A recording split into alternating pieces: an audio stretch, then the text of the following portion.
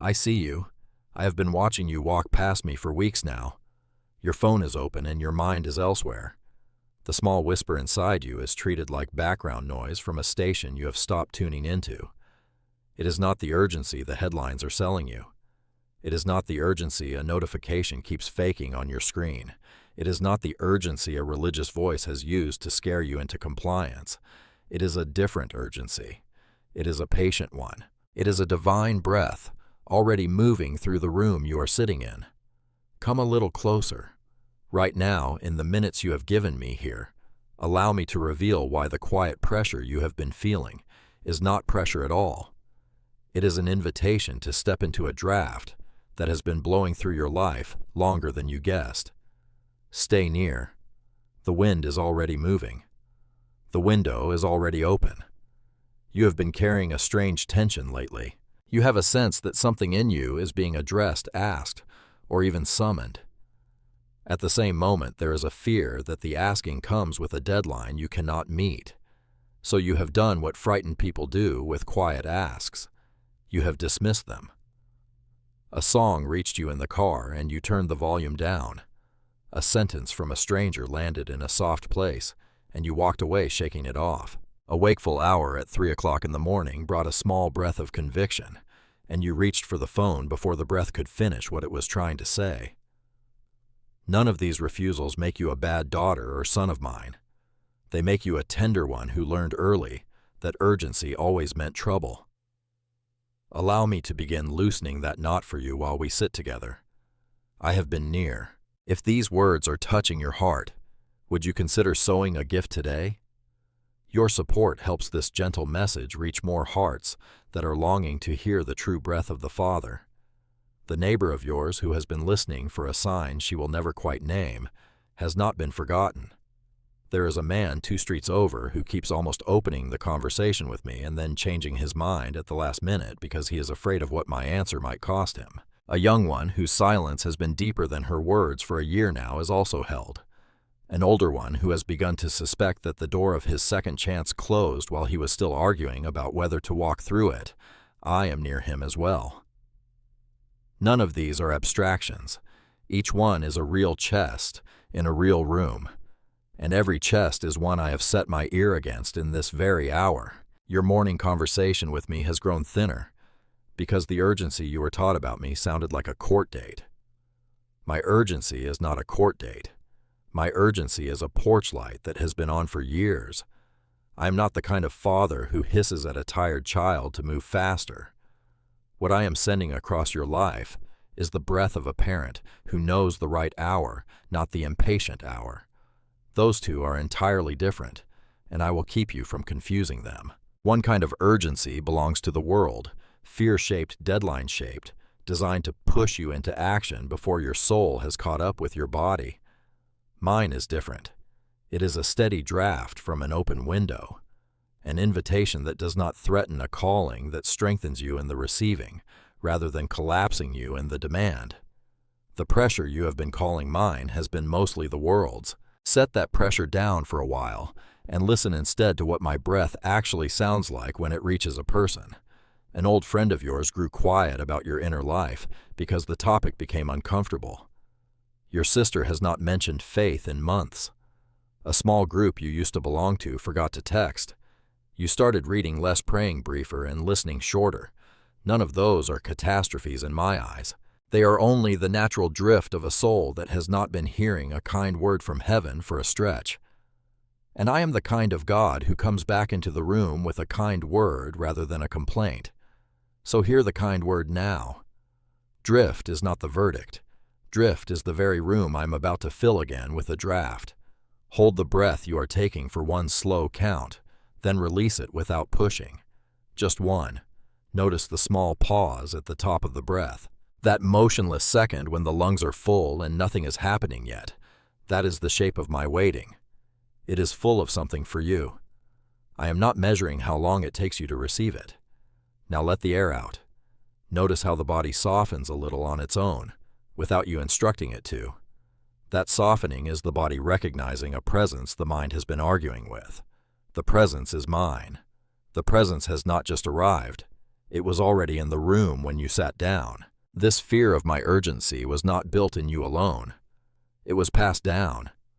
You absorbed it the morning a teacher told you that God was always about to come back and grade your week with a red pen, and the very word urgent began to taste like punishment in your mouth. You absorbed it the season a religious gathering taught you that my voice arrived only when something was about to go wrong, never simply when something was about to be made beautiful. You absorbed it the night a worried elder told you with the best intentions that I had a temper and a timer, and your young heart understood without being told that any quick word from me must therefore be a warning. You absorbed it the year an unhealthy church confused my calling with their guilt trip, and you learned to brace whenever a hand reached out from the pulpit toward your soul. All of those moments wired your nervous system to translate divine nearness as divine threat. That translation is not the truth about me. It is only the residue of voices that borrowed my name without my permission. Allow me to stand between you and a noise that has been speaking for me without my consent. That noise told you a true word from heaven arrives like a slamming door. That noise warned you a real conviction always feels like dread in the chest. That noise insisted that the proof of my calling is the panic it produces. None of that came from me. Proof of my calling has never been panic. Proof of my calling is the loosening that follows the recognition. Panic tightens, my breath loosens. If something inside you is tightening when you think about me, that is not me you are hearing. That is the inherited voice of the worried teacher, the fearful elder, the unhealthy congregation. Send that voice away. You do not have to argue with it. Refuse it the chair. It has been sitting in beside your soul, and the chair will eventually feel empty in a good way. At some point in your formation, you were taught that urgency from my side of heaven sounds like an ultimatum. Open this letter or lose your job. Pray this sentence or miss the train. Decide in this hour or live with the regret forever. That was not me. That has never been me. The kind of urgency I speak is the urgency of a parent leaning over a child who has slept through their birthday morning not to scold, but because the cake is fresh and the people who love them are already at the table. It is patient asking. It is happy asking. It is an asking that does not become smaller if you take a few more minutes to wake up. It only stays at the bedside gently waiting to be received. That portrait of my urgency you have been carrying inside your chest, a finger-wagging deadline, issuing sigh-producing version of me, came from brushes I never held. A few painters meant well and were honestly passing on a picture they had been given. Others needed your fear to keep their religious system funded. Both kinds of sources produce the same falsified portrait, and that portrait has been costing you years of nearness with the actual me. Set it down for a while. Lean it against the wall. I will describe now what my urgency actually feels like, so the next time the small whisper visits you in a quiet hour, you will know what you are listening to. My urgency is breath not blade. My urgency feels like a draft through a window you forgot was open. It carries a faint scent of something familiar, something from a long-ago kitchen you used to love. It does not demand. It only invites you to look up. It does not threaten what will happen if you ignore it. It is only steady motion through the room. Faithful, patient, persistent. And on the day you finally lift your face into it, the recognition is so quiet you almost miss it. That is the breath I have been sending across the rooms of your week. It has been brushing your shoulder while you were trying to focus on a screen. That has been me. None of it has been the dread you assumed. Drop your shoulders a quarter inch. Just a quarter. You do not need a full release. A small one will do for now. Notice how that small drop opens a half-inch of space in your chest you had been clenching without naming. That half-inch is the room I have been wanting to enter. You did not have to renovate the whole house to let me in. You only had to soften one corner enough for the draft to find its way through. Your body teaches the soul how to receive faster than the mind does. The mind argues with grace. The shoulders simply let it in. Trust the shoulders for a minute longer than you usually trust them. I want to bring you to a sentence I once spoke during an honest midnight conversation. A respected teacher came to find me after dark. a man whose official world would not let him be publicly seen wanting to learn anything new from me. So he came quietly, with a question his daytime life would not allow him to ask. We sat down. He began carefully, the way an educated person begins when they want to seem learned, even as they ask.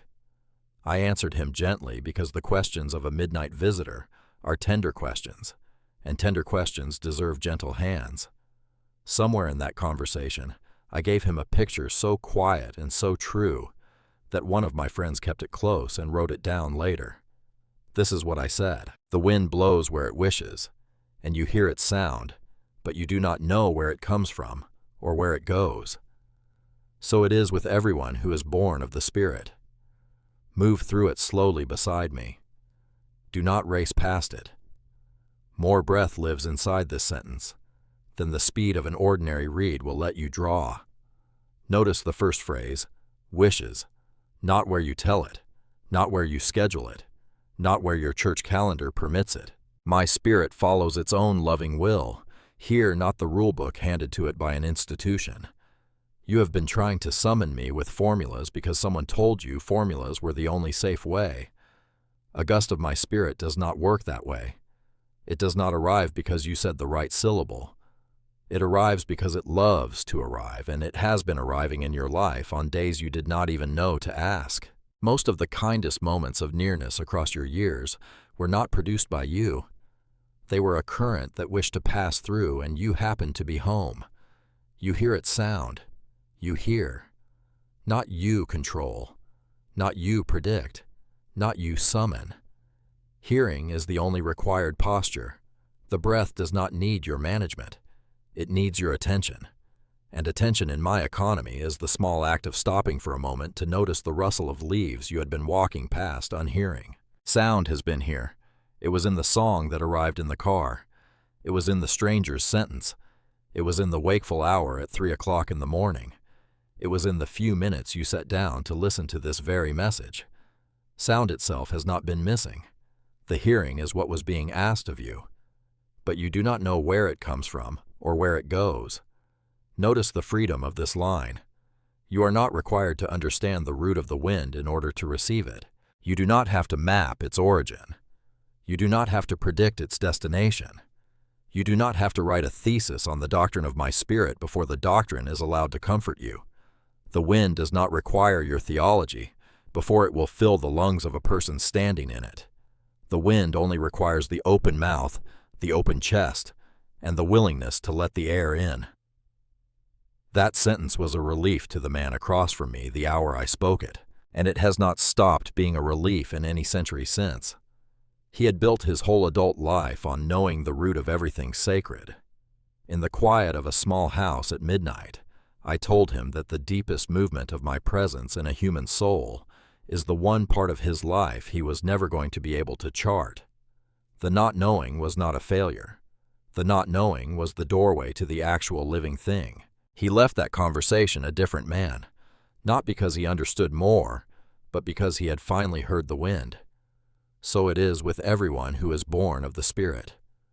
Hear the universality. Not with the educated, not with the holy, not with the religiously fluent, but with everyone. Every one of you who has felt a small, unexplainable kindness inside you. Every one of you who has been moved to forgive when forgiveness was not earned. Every one of you who has felt strangely held in a season that should have crushed you. Every one of you has been touched by that wind. You are not as far from me as you have been told. As you begin to feel the difference between pressure and invitation, would you partner with us? Your donation helps us continue creating content that brings peace and freedom to many souls. As I once breathed into the first man's nostrils, and he became a living soul, I am breathing now into the chambers of yours that have been holding their breath for a long stretch. The breath I am giving is not new equipment. It is the same breath that has been the source of every alive thing in you since the first morning of your existence. You have not been earning the breath. You have been receiving it without noticing. The invitation now is only to notice. Notice the breath. Notice the draft. Notice that the chest under your hand has been rising and falling without your management. the same way a window has been letting air through without your supervision. Both are gifts. Both are mine. Both have been arriving in your life every second since you were placed inside it. Step back for a moment to the promise I gave at the opening of these words. I told you that the urgency you have been feeling is not pressure, but invitation. Here now is the answer to why. Because my breath does not push. My breath invites. It moves through the open window when there is one, and waits patiently at the closed window when there is not. It does not break the glass. It does not announce itself with thunder. It does not threaten what will happen if you keep the window shut. It only keeps blowing kindly, persistently, faithfully until the day you finally crack the latch and let it in. The asking is the wind itself. The wind is the asking. There is no other deadline. There is no other ultimatum. There is only the breath and the open chest and the recognition. So here is something small you can carry into the rhythm of your week. The next time you feel that quiet pressure rising inside you, and you will because pressure is one of the few languages a busy adult still listens to, pause and pose one honest question to yourself. Is this fear pushing me, or is the wind passing through? That is the entire test. It is not theological. It is bodily. Fear tightens the chest. Fear hardens the jaw. Fear narrows the breath into short, shallow bursts that prepare the body for a fight that may not even be real. Wind does the opposite. It loosens. It softens.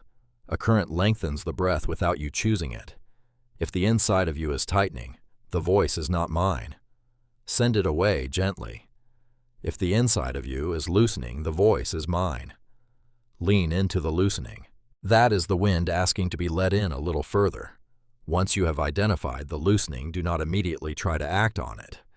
The temptation will be to do something, to fix, to call, to commit, to perform some visible response that proves you took the wind seriously.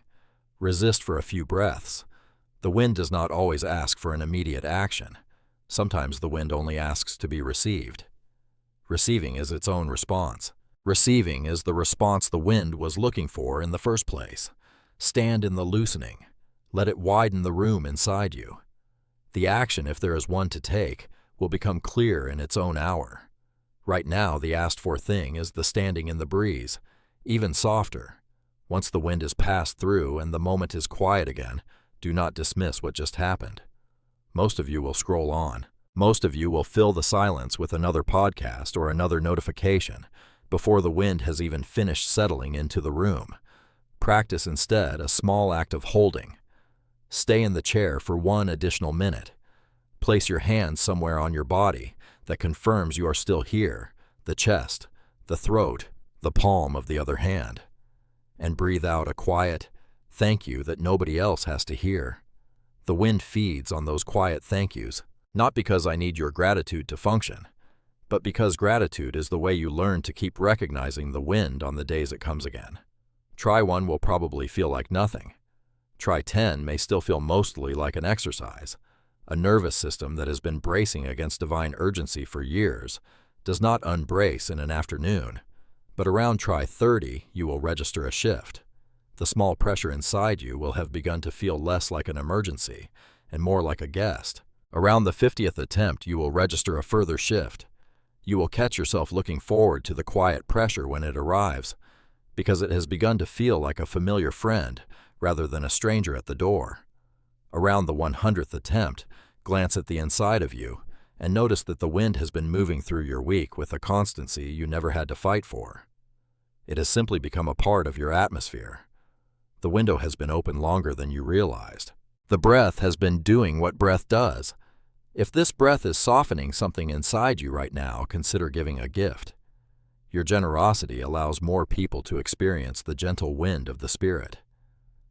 If anything in these words is reaching the soft place inside you that has been waiting to be addressed, leave the word, breathe in the comments below, not as a tagline, but as a small flag set into the ground of an open window. Above this video, you will find 7 brief letters already prepared inside the pinned seat space, one to greet each of your coming mornings, sent into your inbox the instant a soft yes turns the latch. Receive them. For whoever among you has been frightened of the very word urgency, because every previous urgency in your life arrived as a crisis. Hear me. My urgency is not a crisis. My urgency is the urgency of an open hand, not the urgency of a clenched one. A clenched fist demands. An open hand invites. The breath reaching you right now is coming from an open hand. There is nothing in it that is going to harm you. There is nothing in it that is going to embarrass you. There is nothing in it that is going to humiliate the careful adult you have worked so hard to become. The wind is gentle in exactly the place where the previous urgencies of your life were cruel. Trust the gentleness. Gentleness is the proof that this one is different. To the one whose midnight question has been waiting on your lips for years, the one who is more like that respected midnight visitor than you care to admit, the one who has been longing for an honest conversation with me, but has been afraid of what it would cost your standing. Hear this. The door of the small house is still open at this very hour. I am still inside. The lamp is still lit. You do not have to time your arrival with daylight to make the visit respectable. Come at the hour you can come. Bring the half-formed sentence. Bring the embarrassment of your hunger. Bring the question you have been rehearsing on the inside of your skull for years. I am the kind of teacher whose patience does not have a closing time. The conversation that changed him at midnight is the same conversation I am willing to have with you. And the gentleness in my voice toward that quiet visitor is the same gentleness I will use with you. If you have been told by a religious system that my urgency comes with a financial deadline, give now, sow, now plant the seed. Now hear me clearly. That was not me. My urgency has never been a fundraising appeal. My urgency does not threaten your wallet.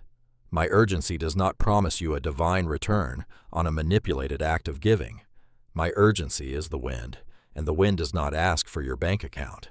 The wind asks only that you be willing to feel it on your face. Free yourself from that confusion. The breath I am offering does not have a price tag attached. Anyone who taught you it did was attaching their own bill to a gift I gave for free. To the one whose body has been ill for so long that you have started to read the slowness as a no from me, hear this also. A current of my spirit is moving through the room of your body even now. You may not be able to feel it. The illness may have dulled the receptors that used to recognize a divine draft. That does not mean it stopped. It is patient. It is faithful. It is doing in the underground of your body what the surface scans cannot yet show. Receive the gift even when the body does not register it. Sometimes I am renewing the soul first, because the soul is the deeper room, and the body will follow when the room beneath it has been re-aired. For whichever of you has a household currently silent toward me, anyone praying for a partner, a child, a parent who has stopped responding to the things of God, hear this too. My breath goes where it wishes. You do not get to direct it. You do not get to time it. You do not get to predict which window of which heart in your household it will pass through next. But the wind is in motion in your house. It has not gone still in those rooms. The very prayers you have been offering have been the breath making itself known in the corners. Keep praying. Stay in the chair. The Spirit does not run out, and the windows of the ones you love are not as sealed as they look from the outside. Would you help us carry this message further?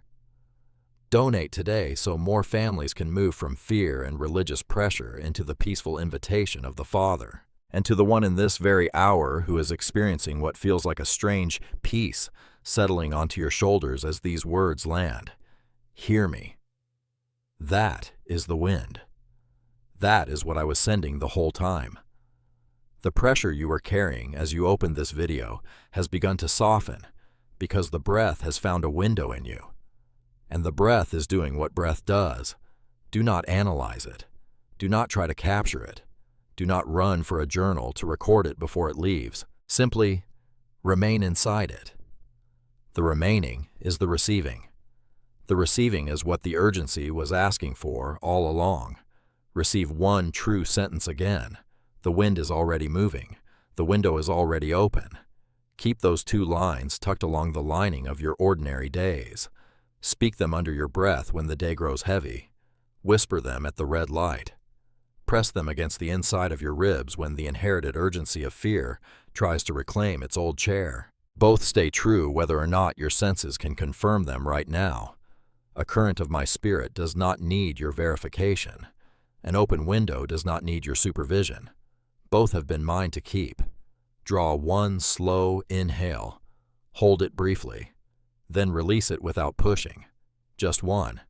Then again, even slower. Let the exhale be longer than the inhale by a small margin. A slow out-breath reminds your body that the air is not running out. It tells your chest that what gives life has always arrived without your management. Such a small exhale is the smallest possible yes a body can speak, and it carries the same weight at my throne as the longest articulate prayer ever has. 2 of those breaths will carry you gently back into the room you walked away from when you sat down to listen. You will be different on the way back. The room will be the same. The spirit moving through the room will be the same. Only the chest of the one walking back into it will have softened. Amen.